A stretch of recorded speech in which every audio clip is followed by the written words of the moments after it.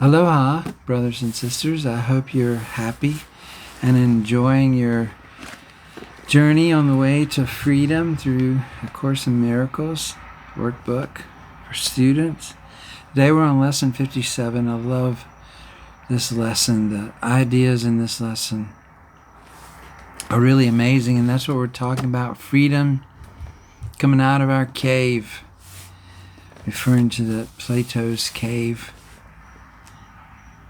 I am not a victim of the world I see.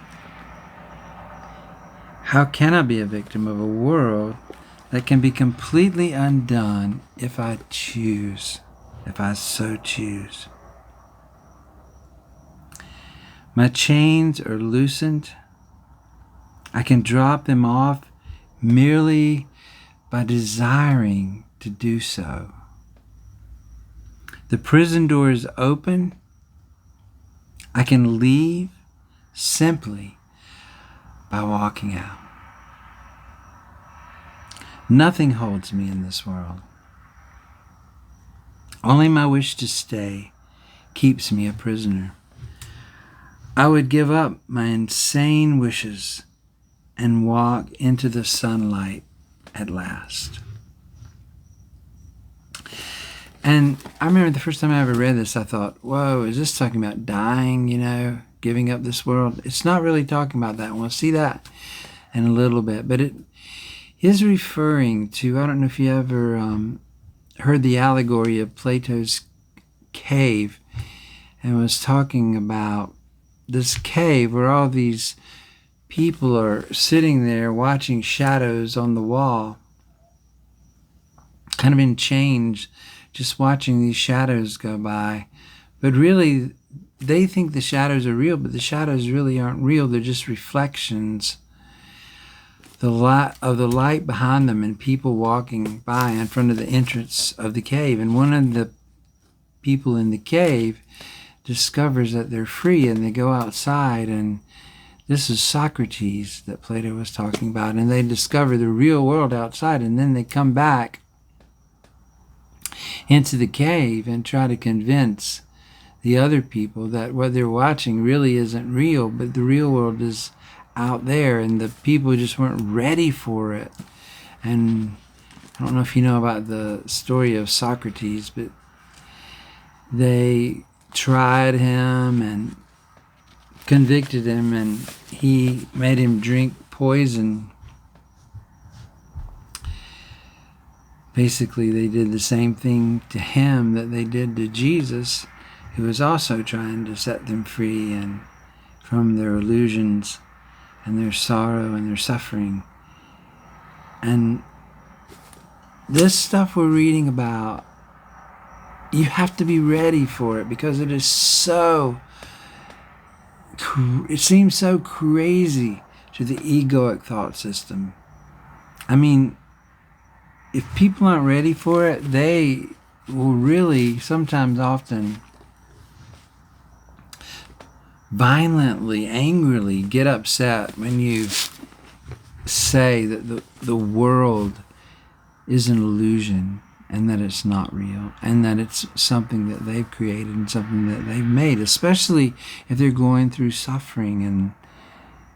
And they'll say things like, oh, so you're telling me that I'm creating all this suffering of all the starving children in the world, or I'm creating the suffering of so-and-so that's dying of cancer, or whatever. If you're not ready to hear this, and you want to continue to have someone or something outside yourself to blame, or someone's in that situation, then this is really insanity to say that you're free. Your chains are not holding you. You can walk out of this anytime you want. Even in the story of the Genesis, we're in the garden with Adam and Eve, even there you see that whole egoic idea of wanting someone else to blame. Adam blamed Eve. Eve blamed the serpent. But really, there's no one to blame but ourselves. And that's what the Course is getting us to see, that we are the one who created the world, and we are the ones that can let it go. So, if we're ready, we can be free. We have the power to be free. Lesson 57 says, I'm not a victim of the world I see. And then the next lesson, the next idea says, I have invented the world I see. And that too sounds crazy. I've invented the world I see. It so totally goes against the whole ego idea that we are a victim of the world that we see. And we can't control anything, and something outside of us is causing us pain and suffering and sorrow and death and aging and all the rest, whether it's viruses or whether it's your the old mother-in-law jokes or whatever it is that you're blaming your parents, your upbringing, whatever it is. It's time to really look at that. And that's what we're doing with this Course, and A Course in Miracles. I'm not a victim of the world I see. I've invented the world I see. I made up the prison in which I see myself. All I need to do is recognize this, and I am free. I am free. I have deluded myself into believing it's possible to imprison the Son of God. I was bitterly mistaken in this belief, which I no longer want. See, so we've seen that we've made a mistake, and we can choose again. And it's important, if we don't see that what our choice, that we made the choice, and that we were mistaken, then we won't make the choice to be free. And it's our power. The choice is, we have the power to make the choice to be free. There's nothing out there that's going to free us or save us. That's the idea that the religion I grew up in was that there's something out there, that's going to come and save us. But that's not what the Course is teaching. The Course is teaching that we have the power. It's our decision that we created and made this world, and we have the power to let it go, just by changing our mind about it. So here's our confession. I was bitterly mistaken in the belief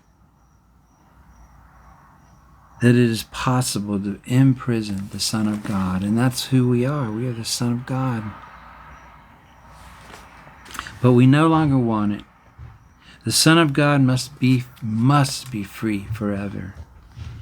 He is as God created him. He is free even now, and not what I would make of him. He is where God would have him be, and not where I thought to hold him prisoner. It's talking to us, the decision maker.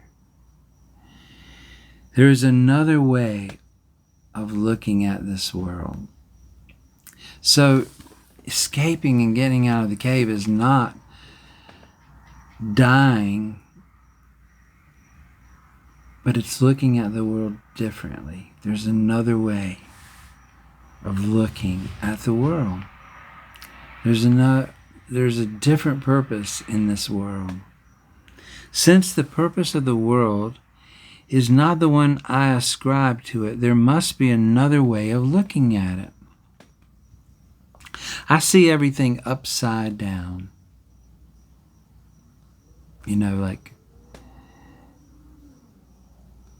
what looks normal to me is really insane. And what is normal seems insane. That I created this world seems insane. It's upside down. And my thoughts are the opposite of truth. I see the world as a prison for God's Son. It must be then that the world is really a place where He can be set free. I would look upon this world as it is and see it as a place where the Son of God finds His freedom. So it's a happy place where the Son of God finds His freedom. I could see peace instead of this, whatever it is. It's a great one to say. I use it a lot. I could see peace instead of this. When I see the world as a place of freedom, I realize that it reflects the laws of God instead of the rules I made up for it to obey. I will understand that peace, not war, abides in it. And I will perceive that peace also abides in the hearts of all who share this place with me. Isn't that amazing? All the people that share this place with me, peace abides in their heart too. You're like, whoa, wait a minute. I can think of a million reasons why that is not true. Hey, we're not really seeing the real world, but we can see it differently. We have a choice. My mind is part of God's, and I am very holy. As I share the peace of the world with my brothers, I began to understand that this peace comes from deep within myself. The world I look upon has taken on the light of my forgiveness and shines forgiveness back at me. This is a major theme of A Course in Miracles, forgiveness.